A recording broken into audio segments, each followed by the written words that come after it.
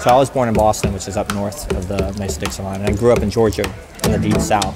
There's a handful of good Reubens in town, but none of them are really what I grew up with and what I really love. The name Mason-Dixon comes from the dividing line between the north and south. We have a range, sandwiches from up north and sandwiches from down south. My name is Garrett Houston, and we run Mason-Dixon American Sandwich Bar. So today we're making one of the best-selling sandwiches at Mason-Dixon. It's called a Reuben Supreme.